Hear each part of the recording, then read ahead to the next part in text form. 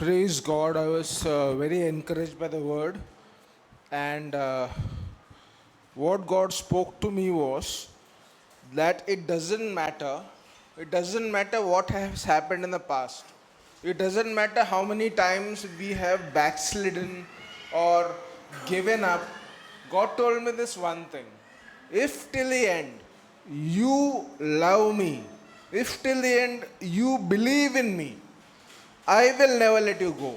As Jesus says in Matthew 28, lo, I am with you always, even until the very end of the age. No sin is too great, no pride is too much, which I can't make it zero. And just as India won the World Cup in the last ball, they never gave up. We should never give up. And God told me, I am going to make you a blessing to every family on the face of this earth. Through what you have suffered, through what you have backslidden, you will be a blessing. It may not be that I will be famous. I have this desire to be famous. I have this desire to be well known. And I have this desire to be respected. But God will set me free from that, no matter what. And I want to love the truth about myself every time God conveys it to me. Brothers and sisters, I am not perfect in my home life, in my work life, and even here. There are many areas that need to be overcome. But I trust God that He'll deliver me from them all. Praise to Lord. धन्यवाद देती हूँ ये मौका के लिए। जब भी मैं आई थी, मैं सबसे लेट आई थी और उसका बहुत लंबा चौड़ा है, मुझे बताने के लिए अभी टाइम नहीं है क्योंकि टाइम बहुत कम है। जब भी ब्रदर ये वचन बांट रहे थे कि हम परमेश्वर के पीछे चलने का कठिन रास्ता है, जब भी यीशु का पीछे चलना आसान नहीं है, वो बहुत मुश्किल है। जब भी मैं नाला सुपारा से मैं आई, बहुत तकलीफ़ से मैं आई थी। मुझे अंदर से हो रहा था अभी मत जाओ, अभी सिर्फ कुछ भी नहीं मिलेगा, ऐसा मुझे लग रहा था। लेकिन एक तरफ से मुझे लग रहा था कि नहीं, थोड़ा बहुत वचन मिलेगा तो जाओ। तो मैं आई, मुझे अच्छा लगा कि सच में हमें आत्मिक रीति से भी कई बार हम शरीर में भी यीशु के पीछे चलना बोलेगा तो मुश्किल ही है।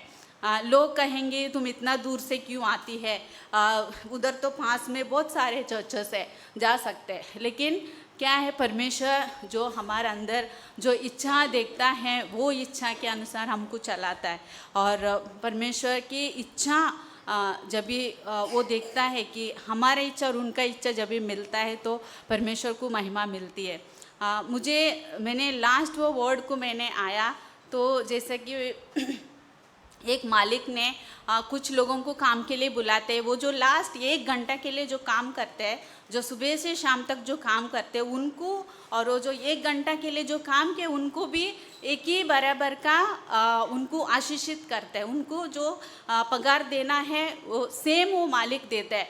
तो कई लोग कुड़कुड़ापन करते हैं, लेकिन मालिक बोलते हैं मेरा धन है, मैं मेरा हिसाब से मैं करूँगा, आप कौन हैं मुझे बोलने के लिए, मैं भला करता हूँ इसके लिए आप मुझे बोलते हो क्या। मुझे ये वर्ड मुझे परमेश्वर ने डाला है, मैं आखिरी में आया है और मैंने बहुत आशीषित पाया है क्योंकि मैं उसका बेड़ हूँ और मैं परमेश्वर का आवाज़ को मैं सुनती हूँ, तो मुझे बहुत अच्छा लगा। Thank you brother. John chapter 3 verse 1 से पढ़ेंगे। वहाँ पर लिखा है कि एक फरीसी की जो सरदार था निकोदेमुस, यीशु के पास आकर यीशु को तारीफ़ करने लगता है। वहाँ पर वो कहता है कि ये सारी चमत्कार इसलिए कर रहे हैं कि परमेश्वर तुम्हारे साथ है, और ये भी कहता है कि हम जानते हैं कि तू परमेश्वर से आया हुआ गुरु है। 2 चीज़ वहाँ पर निकोदेमुस कहता है। जैसे कि मैं इस वचन को ऐसा ले सकता हूँ कि संसार में यीशु के बारे में बहुत अच्छा लोगों के पास राय है, अच्छा राय है। इवन आप कोई सेलिब्रिटी को पूछेंगे कि यीशु के बारे में, वो जानते हैं, कुछ ना कुछ जानते हैं। वो कहता है कि उसकी वचन बहुत अच्छा है, उसकी मार्ग बहुत अच्छा है। जैसे निकोदेमुस कहता है कि तुम गुरु है, परमेश्वर के आया हुआ गुरु है, और इन चिन्ह चमत्कार इसलिए कर रहा है कि परमेश्वर तुम्हारे साथ है।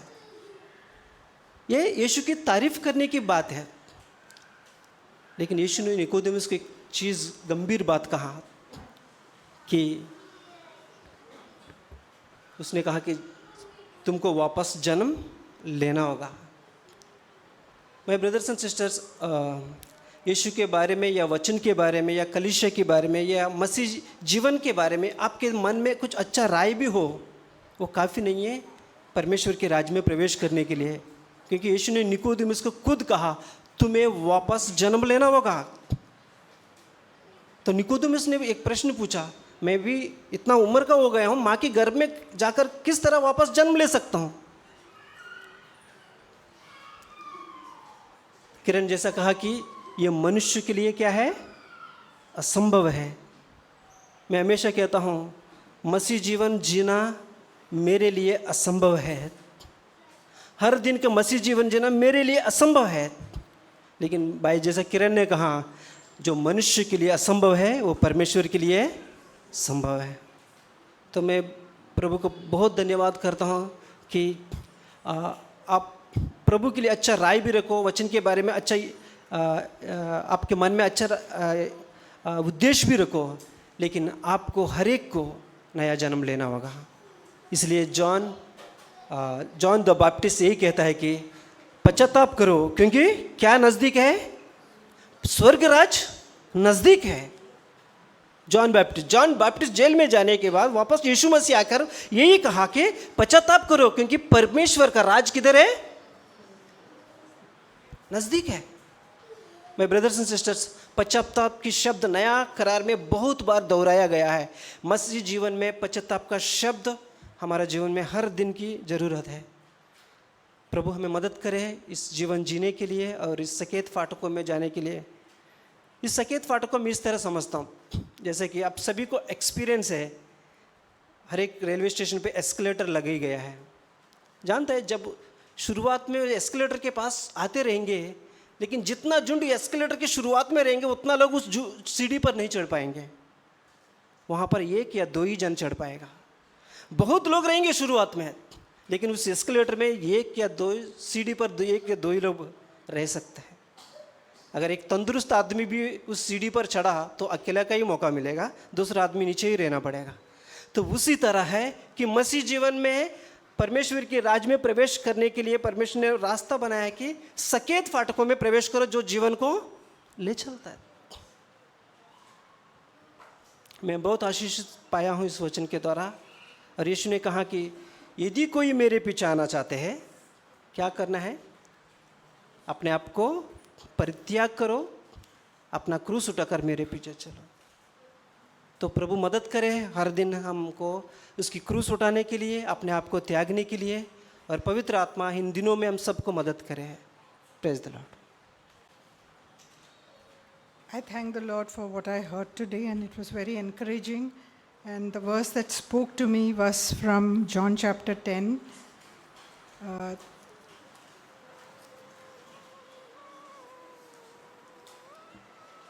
Where brother shared that in verse 9, I am the door. If anyone enters through me, he shall be saved and shall go in and out and find pasture.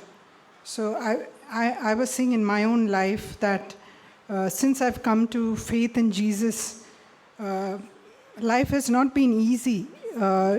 Just like brother said that, many times we think that Christian life is very easy. It's not easy.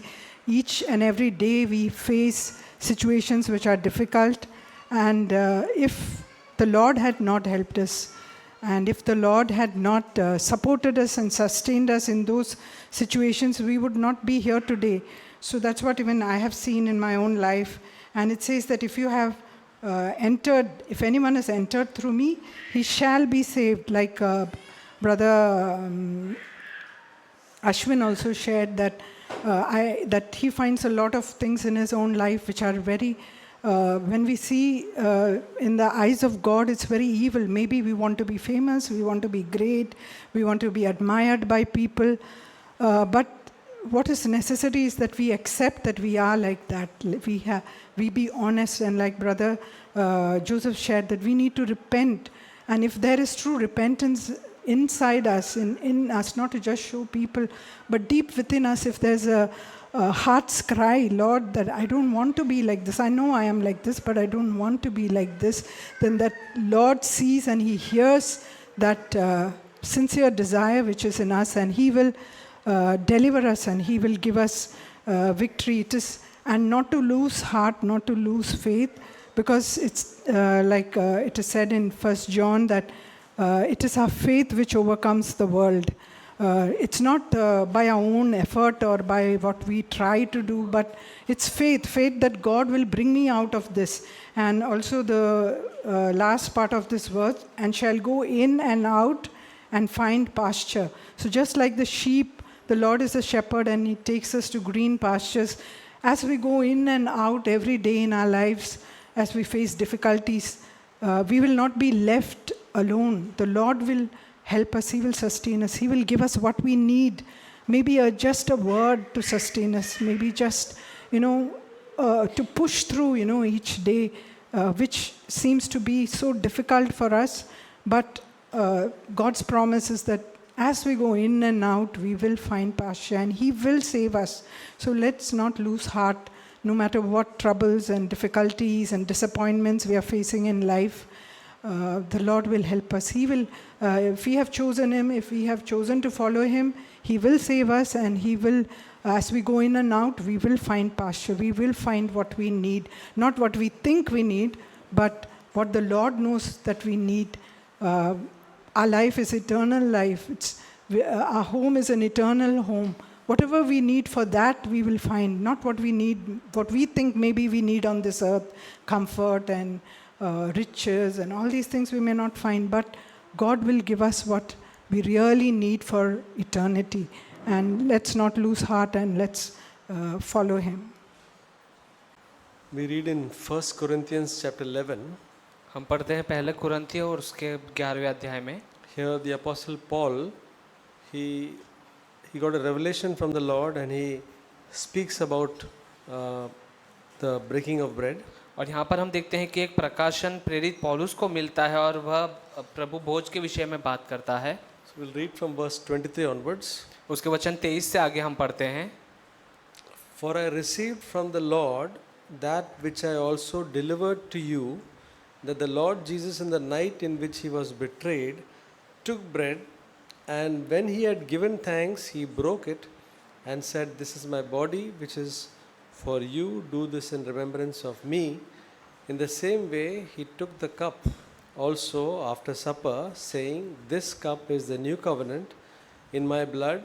Do this as often as you drink it in remembrance of me. For as often as you eat this bread and drink the cup, you proclaim the Lord's death until He comes." पहला कुरिन्थियों अध्याय 11 वचन 23 से लेकर 26 तक हम पढ़ते हैं. क्योंकि यह बात मुझे प्रभु से पहुंची, मैंने तुम्हें भी पहुंचा दी कि प्रभु यीशु ने जिस रात वह पकड़वाया गया रोटी ली और धन्यवाद करके उसे तोड़ी और कहा, "यह मेरी देह है जो तुम्हारे लिए है, मेरे स्मरण के लिए यही किया करो." इसी रीति से उसने बियारी के पीछे कटोरा भी लिया और कहा, "यह कटोरा मेरे लहू में नई वाचा है. जब कभी पियो तो मेरे स्मरण के लिए यही किया करो. क्योंकि जब कभी तुम यह रोटी खाते और इस कटोरे में से पीते हो तो प्रभु की मृत्यु को जब तक वह ना आए प्रचार करते हो." So here the apostle says that what Jesus did on that last day before He died, और यहाँ पर हम प्रेरित को देखते हैं, यहाँ पर वर्णन करते हुए कि उस आखिरी रात को जो प्रभु ने बात कही और बताई, that he says that this is my body which is for you.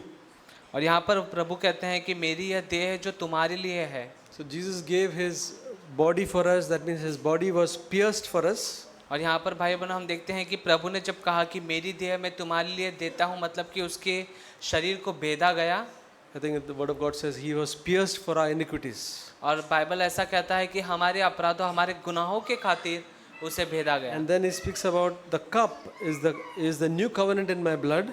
और वहाँ पर वह जो कटोरा हम देखते हैं वह कटोरा नई वाचा को दर्शाता है। And both he says, do this in remembrance of me. और इन दोनों ही बातों के विषय में प्रभु कहता है कि मेरे स्मरण के लिए यह किया करो। That means that Jesus' death for us, his dying on the cross, where his body was torn, and his shedding of blood and his dying is a very important factor in the Christian life. और हम देखते हैं भाई और बहनों कि यीशु मसीह के शरीर को ताड़ना देना, पीड़ित करना और उससे भेदा जाना, हमारे गुनाहों के लिए, हमारे अपराधों के लिए उसे उसका मारा जाना, यह जो बात है यह हमारे मसीह जीवन के लिए सबसे ज़्यादा अधिक महत्वपूर्ण है। We came to the Christian life through this message, और हम इसी संदेश के द्वारा हम इस मसीह जीवन में आए हैं। and even if we progress on to maturity, और भी ज़्यादा हमारी इस मसीह जीवन में हम सयाने होकर आगे बढ़ेंगे, this message will never leave us यह जो समाचार, यह जो संदेश है हमें कभी नहीं छोड़ेगा till the end of our life. हमारे जीवन के अंत तक। We will always be grateful every day. हम हमेशा धन्यवादी बने रहेंगे हर दिन। So we always remember what Jesus has done for us, died on the cross for us, तो इस बात को हम स्मरण करते हैं कि यीशु मसीह हमारे खातिर क्रूस पर मरे, so that his body and his blood represents his death for us. और उसका जो देह है, उसका जो लहू है, अब हमें उसकी मृत्यु को स्मरण दिलाता है। Till he comes, we will remember this. और जब तक वह लौट कर आए तब तक हम इस बात को स्मरण करते So it says रहेंगे। in verse 26, as often as you eat this. और वचन 26 कहता है कि जब कभी तुम खाओ और पियो। That means the word of God does not put that every Sunday or every 1 month, once a month or once a year. It doesn't specify a date. और यहाँ पर हम देखते हैं प्रभु के वचन में कि यहाँ पर यह विशेष रूप से यह नहीं कहता है कि हर रविवार के दिन या महीने में एक रविवार या वर्ष में किसी एक रविवार। As often, that depends on you. It can be sometimes daily also. और यहाँ पर वचन कहता है कि जब कभी तुम खाओ और पियो, इसका मतलब कि हो सकता है कि हर रोज जब कभी आप मिलते हो। But the thing what happens is that anything can become a ritual. लेकिन यहाँ पर हमारे लिए समस्या यह हो जाती है कि यह सब हमारे लिए एक रीति और रिवाज बन जाता है। And this should not become a ritual for us. और यह जो बात है हमारे लिए किसी भी रीति से रिवाज या रीति नहीं बनना है। That's why it says in verse 27, और इसीलिए वचन 27 में यह कहता है, therefore whoever eats the bread and drinks the cup in an unworthy manner shall be guilty of the body and the blood of Christ. इसीलिए जो कोई अनुचित रीति से प्रभु की रोटी खाए या उसके कटोरे में से पिए, वह प्रभु की देह और लहू का अपराधी ठहरेगा। If it is a ritual, we are not bothered about what happens. Okay, it's this, I will also partake. और जब हमारे लिए यह बात एक रिवाज या रीति बन जाएगी, तब हमें ऐसे जान पड़ेगा कि कोई यह बात मामूली सी मायने नहीं रखता। And the word of God is very particular that it should not be done like that. और प्रभु का वचन विशेष रूप से जोर देकर यहाँ पर कहता है कि ऐसा ही नहीं होना है। That you must partake of it in a worthy way. और यहाँ पर हम वचन कहता है कि योग्य रीति से इसमें शामिल और इसे लें। How do we do that? और हम इसे कैसे करें? It's written in verse 28. वचन 28 में हम देखते हैं, But let a man examine himself, and so let him eat the bread and drink the cup. इसीलिए मनुष्य अपने आप को जांच ले और इसी रीति से इस रोटी से खाए और इस कटोरे में से पिए। So, brothers and sisters, there is a place for us to examine ourselves. और भाई और बहनों, हम सभी के लिए एक स्थान है जहाँ पर हमें अपने आप की स्वयं की जांच करनी है। Examining ourselves, brothers and sisters, we can do it even daily in our life. और अपने आप की स्वयं की जांच करने की बात आती है तो भाई बहनों, हम यह जो काम है अपने स्वयं के विषय में हर रोज कर सकते हैं।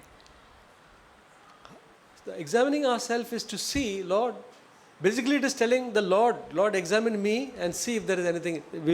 There's a wonderful verse. Anybody knows that verse in Psalm 139? और क्या आप सभी भजन संहिता 139 के उस वचन को जानते हैं जहाँ पर वह भजनकार इस प्रकार से कहता है कि प्रभु मुझे जानकर मेरे हृदय को जांच ले। इसका मतलब है हम प्रभु से कहते हैं कि मुझ में कुछ पाप या मुझ में कुछ बुराई है। Yeah, Psalm 139, 23 and 24. I hope all of us know about this verse. और मुझे आशा है कि भजन संहिता 139 का Psalm 139, 23 and 24. उसका 23 और 24 वचन हम पढ़ते हैं। And see, it's the psalmist David is saying, "Search me, O Lord, और यहाँ पर जो भजनकार है दाऊद वह कहता है कि प्रभु मुझे जांच कर जान ले, and know my heart. और मुझे जांच कर जान ले, Try me and know my anxious thoughts, कि मुझे परख कर मेरी चिंताओं को जान ले, and see if there is any hurtful way in me, and lead me in the everlasting way." कि देख कि मुझ में कोई बुरी चाल है कि नहीं। So, brothers and sisters, this is a very powerful prayer, और भाई बहनों यह बहुत ही सामर्थी प्रार्थना है, because when we go to the living God, क्योंकि जब हम जीवते परमेश्वर के सम्मुख जाते हैं, we are not going to an idol, हम किसी मूर्ति के सम्मुख नहीं we जाते, are not going to a man-made God. या हम किसी मनुष्य के हाथ के बनाए ईश्वर के सामने नहीं If जाते। we know that is the living God, और जब हम जानते हैं कि वह जीवित परमेश्वर है, who's pure and who's full of light and there is no darkness, और हम जानते हैं कि वह परम पवित्र है और उसमें उज्याला है, उसमें कुछ भी अंधकार नहीं, and to the living God we say, Lord, search me, O Lord, and know my heart, see if there be a wicked, hurtful way in me.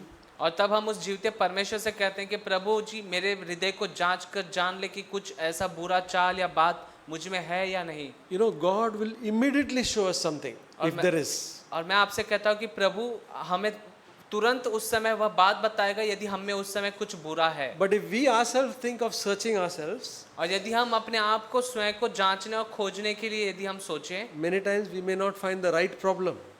और हमें हो सकता है कि कई बार हम उस सही बात को ना पकड़ See, पाए। God will show us what our thoughts are, प्रभु देखिए, प्रभु हमें बताएगा कि हमारे विचार क्या है, what our intentions are, और उसके पीछे हमारा उद्देश्य, हमारा मकसद what क्या our है, motives are, हमारा उद्देश्य क्या है, what our attitudes are. हमारा उस बात के प्रति रवैया कैसा है। That much powerful the word of God, the God's searching is. और उतना ही सामर्थी परमेश्वर का वचन होता है, क्योंकि प्रभु वह जांच करता है, प्रभु खोजता है। And everyone who really wants to be happy in life और यदि कोई व्यक्ति अपने जीवन में हमेशा प्रसन्न रहना चाहता है, will say, Lord, I just want to be before you. वह कहेगा कि प्रभु जी मैं हमेशा आपके सम्मुख रहना चाहता हूँ। Expose anything in my life. मेरे जीवन में यदि कुछ भी है तो उसे आप उजागर करें। Such a person is a happy person. ऐसा जो व्यक्ति होगा वह सबसे अधिक आनंदित व्यक्ति होगा। Such a person is a very bold person. और ऐसा ही व्यक्ति सबसे हियाव वाला व्यक्ति बनता है। Such a person is not afraid of man. और ऐसा व्यक्ति मनुष्य का भय नहीं खाएगा। So, this is what God wants us to examine. और प्रभु यही चाहता है हमसे कि हम इस विषय में अपने आप को जांचें। I'll read one more verse and then we will pray. और एक और वचन हम पढ़ेंगे, उसके बाद में हम It प्रार्थना करेंगे। says in 1 Corinthians chapter 5, और हम पढ़ते हैं पहला कुरिन्थियों अध्याय 5।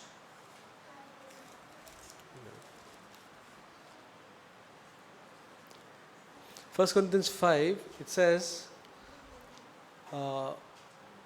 verse 8, और हम पढ़ते हैं पहला कुरिन्थियों अध्याय 5 और वचन 8।